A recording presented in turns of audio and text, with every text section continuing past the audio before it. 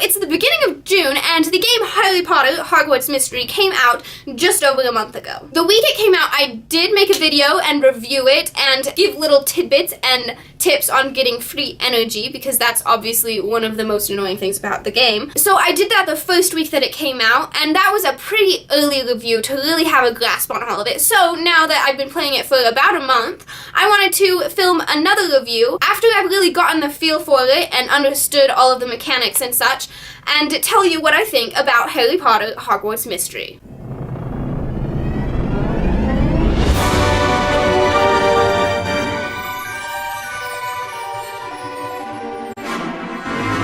First of all, it's kind of annoying that the game isn't actually finished. Although, that's given me a pretty good stopping place for where to review. I just barely finished all of the content that they have up to this point, which right now it stops you at the beginning of the last chapter in Year 3. I know that when they first released it, it went all the way to Year 3, Chapter 1, although I didn't quite get up to that point before they started releasing more, which was nice. Now I'm gonna have to start waiting for them to release more, but they have been releasing a couple of chapters, or just a little portion, every week or so. I did mention in my other video that I started one day later than my sister, so I was constantly a couple chapters behind her. So I think one of the only good things about the fact that it isn't finished is the fact that I was finally able to catch up to my sister, since now we're both at the stopping place. So obviously I don't like the fact that it's not finished. That's pretty annoying, and I kind of just wish they would have waited until it was finished to actually release it.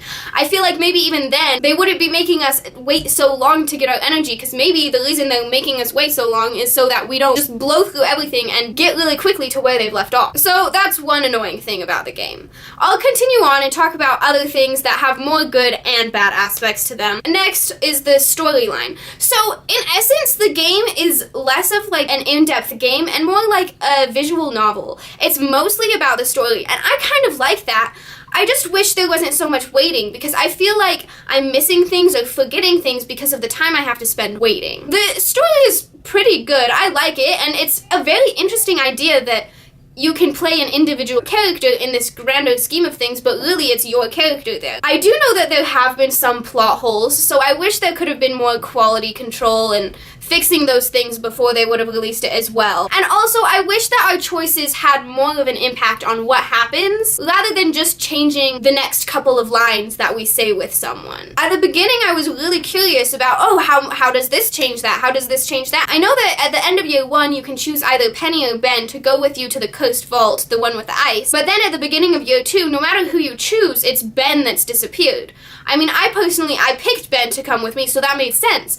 But then, if you picked Penny, that seems kind of like a plot hole, so maybe that should have had more of an impact. Maybe they should have planned that in more and made it more intricate. I just know that in the Harry Potter books, there's so much detail and so much depth to it that it's kind of sad that this game doesn't have the same thing, and I don't know if it's lack of effort or just trying to get it out quickly, but it doesn't quite have the quality I expected it to have. The mechanics of the game are pretty simple in the fact that it's just like you tap a bunch of things or you answer some questions or whatever. And so I'm fine with the mechanics being the way they are, the game being so simple like that, and not entertaining in that way, because it is more about the story. The good thing about the game is that as we've been going on, they have been making changes to fix a few things and make things within the game better. I know they did have like a beta mode before they released it, but it still felt like it was in too early stages for them to release it to the public. But I do like the changes that have been going on. One of the great changes is the fact that they added a few places where you can develop your friendship more with the people in your list of friends. There are 3 spots that you can do that, one in the Great Hall, one in the courtyard, and one in the 3 broomsticks. This is something that I was saying they should have had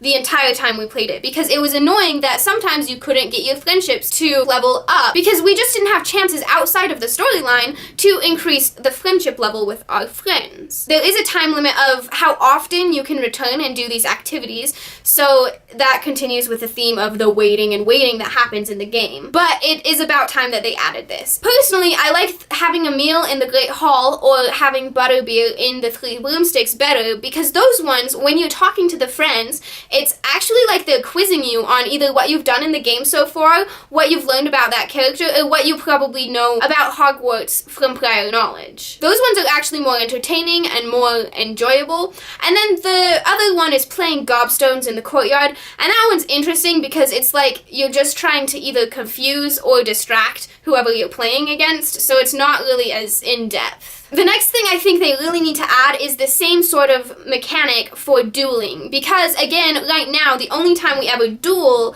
or have a chance to duel, is when it's a part of the storyline. And the mechanics of the dueling are actually pretty cool. I like the dueling game. It's interesting that it's almost like rock, paper, scissors, and then you get to attack or heal yourself based on what type of attack you're going for. And I feel like based on the character you're dueling and their personality, there is actually strategy to it, unlike a normal game of rock, paper, scissors. Oh, I forgot. The other thing about them adding the extra places to develop friendships is that's also another place you can get free energy. When you get to a certain level of friendship, instead of earning 5 gems for leveling up, you can earn 5 energy. So if you're able to play that right, you might even be able to get that at a really good time for yourself. That's just another one of the things about what they could fix, just little details about the app. Like the fact that I like how the friendship, it tells you when you're gonna level up, but on the general level overall that you're on, in your personal experience, it doesn't tell you how many points you need or how many points you have in regards of when you'll level up again. And the reason that's annoying is because when you level up, your energy is replenished,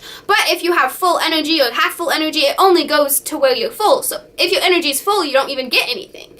So I think they could fix that either by telling you at least how many points you have, or allowing you to go over your energy limit when you earn it in that way, or from the friendships, or from between portions of a lesson, or even from the secret energy spots. Because as of yet, the only time you can go above your energy limit is when you actually buy your energy. Up to this point, I've still enjoyed playing the app. There's just a lot of things that it has problems with that I wish they had fixed or changed or figured out better before they actually released it to the public. Namely, actually finishing it, like having us be able to go through the entire thing.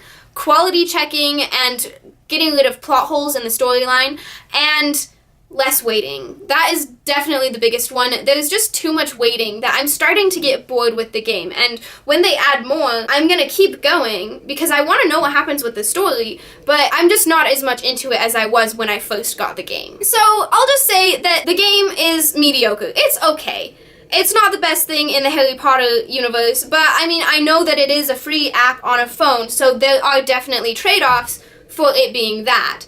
I just wish they had prepped it better. Anyway, well, I hope you liked this video. It was a little bit more negative than my last one. I don't hate the game, but I don't love it. But I hope you enjoyed watching it. I hope you learned something from it. Definitely give me a thumbs up if you liked the video. Subscribe to my channel. You can do that by clicking here. You can check out more of my videos. Go and do that, definitely. The top one over here is gonna be my first review of the game, where I also give you tips on where to find all the free energy. Up to this point, all of the free energy spots are either in the video or in the comment section of that video, so go check it out. And then down here, go and check out my playlist of all my Harry Potter videos. Thank you for watching, and I will see you next Monday.